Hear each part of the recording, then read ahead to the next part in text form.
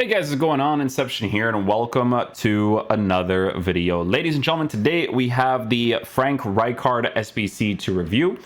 We are taking a look at a card who is 6'2", medium work rates, right-footed, 3-star skills with a 4-star weak foot. So as you guys know with defenders, I always say that it's very nice to be able to work with the 4-star weak foot when it comes to defensive capabilities, passing the ball, all that kind of stuff, right? So definitely a huge plus that he does have that weak foot on the card.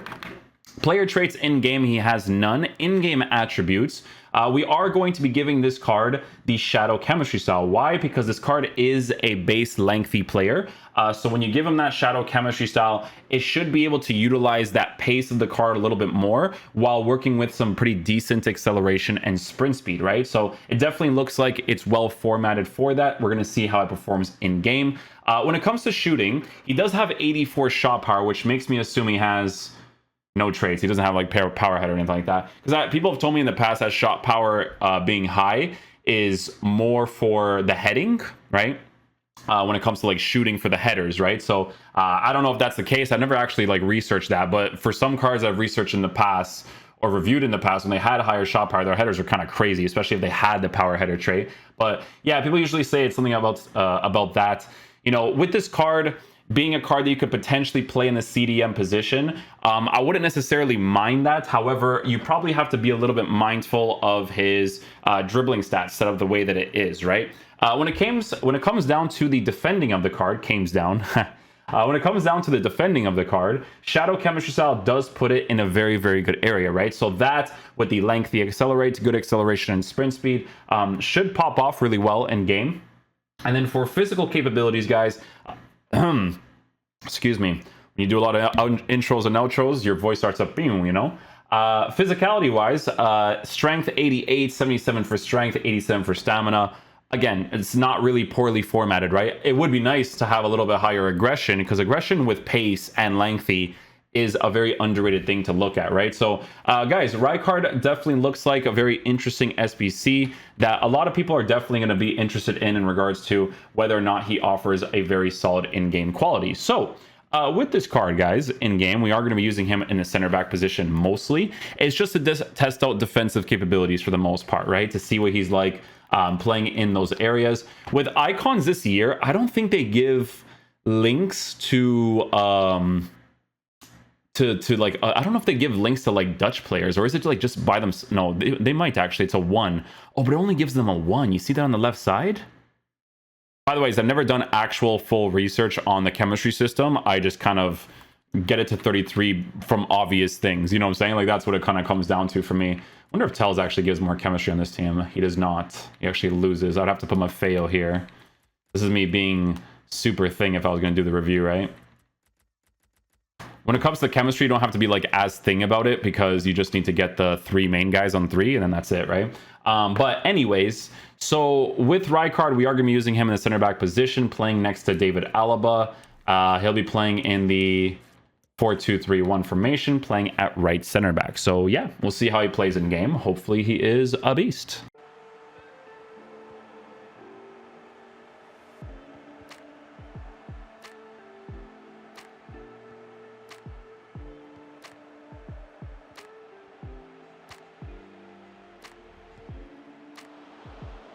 Yeah, I didn't get in front of him there. He did go for an animation, but obviously wasn't in a good position in my case.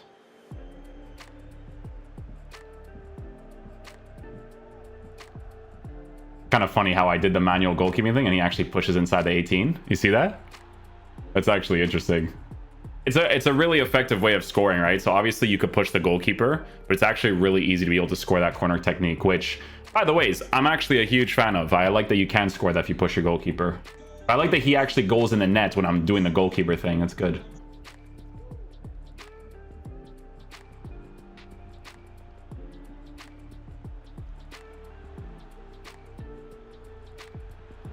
Holland just straight bullies him. He does bully a lot of the players, though, to be fair. He does bully a lot of the players. Get that right card. Nice. Good first time pass.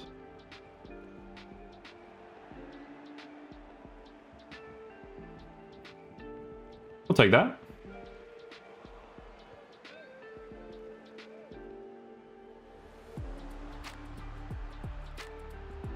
Ah, it feels slow in those situations.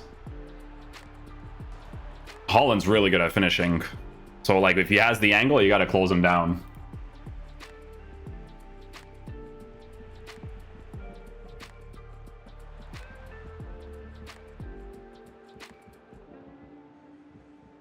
I'll take that. Good challenge.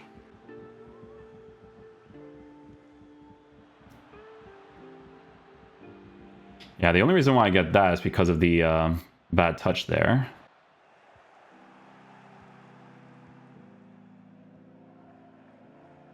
That was a really good challenge, to be fair. But now I'm going to need him to track back.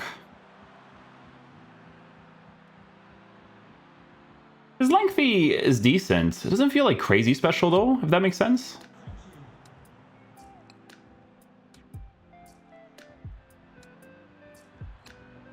Oh! What was that?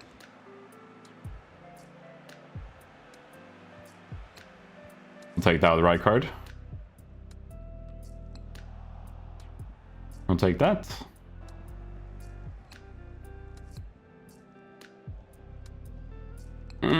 Slide tackle.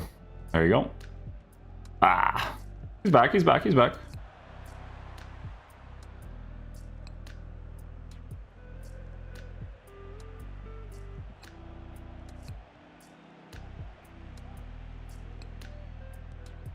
A little bit of a letdown there at the challenge as well. A little bit. A little weird.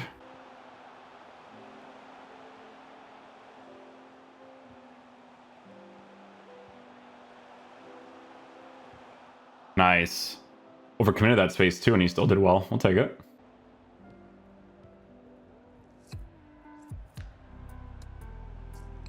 Done. Just to cover the passing angle there.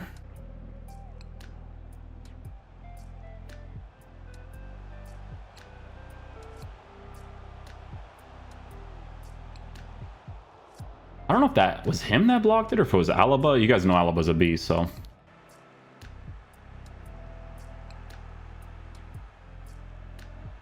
Well done, Rijkaard. That was his AI that did that too.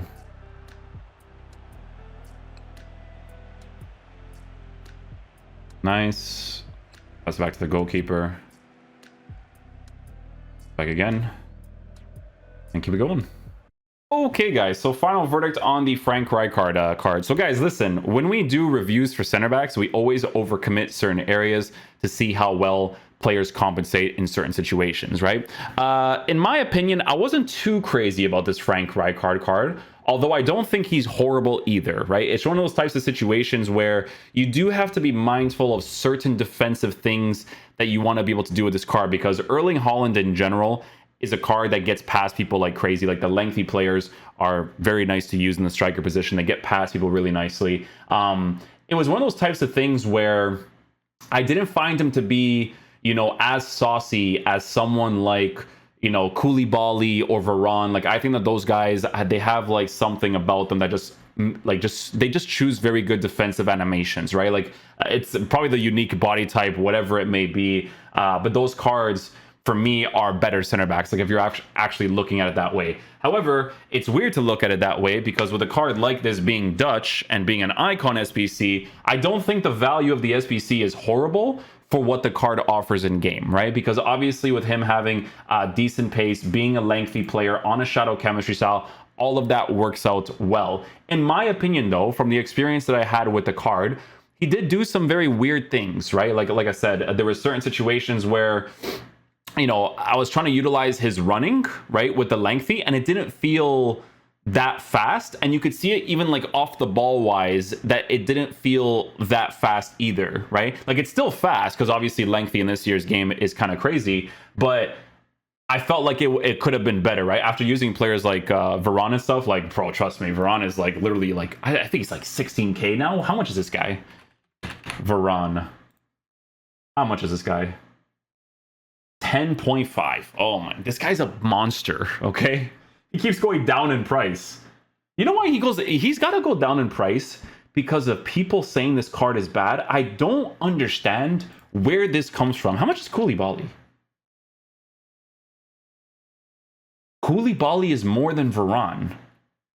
how is it because of rating? 87, maybe that's why. I don't know. It's 84, maybe that's what brings him down, because dude, this card, like, I'm sorry, this card has crazy defensive animations. Multiple times he saves me. Like, he's like Ronaldo Sanchez, eh? Like, sometimes the stats don't make a lot of sense, but he just has the FIFA it factor. You know what I'm saying?